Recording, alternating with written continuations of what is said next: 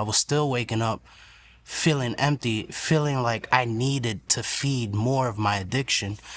And one day I met this girl at my job. She kind of changed my life in a way because I ended up impregnating her with my firstborn. When my daughter was born, she said, "You need to get your life together. The drugs, the selling, you're not going to have that around my child." So I said, all right.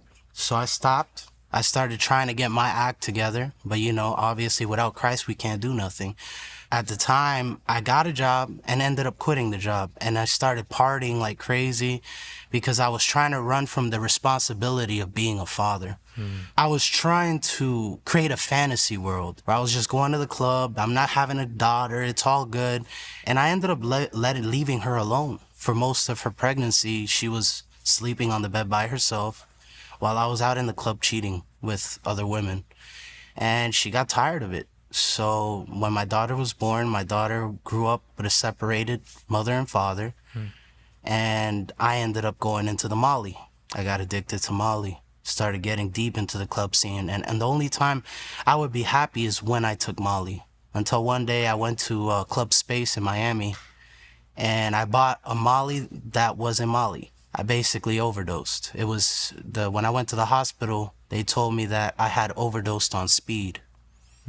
And basically, I was begging my friends that were in the car because I felt my body shutting down. My skin turned silky blue. And my friend was like, "Bro, what's going on with you? Your skin is turning blue." And I looked at myself and I was like, "I can't breathe. I forgot how to breathe. I can't breathe." And my friends were tripping out on LSD. They were afraid. They were paranoid that if they took me to the hospital, they're going to get arrested. And long story short, they didn't take me to the hospital. I ended up going to the hospital when they took me home. And by that time, I was already throwing up stomach acid and blood. Wow. And my dad took me to the hospital. They told me that I was having a reaction to a drug. So I woke up to my daughter at the end of the bed, and I was scared because I didn't want her to see me like this. And at that moment in time, I said, "I'm never touching that again." And I didn't.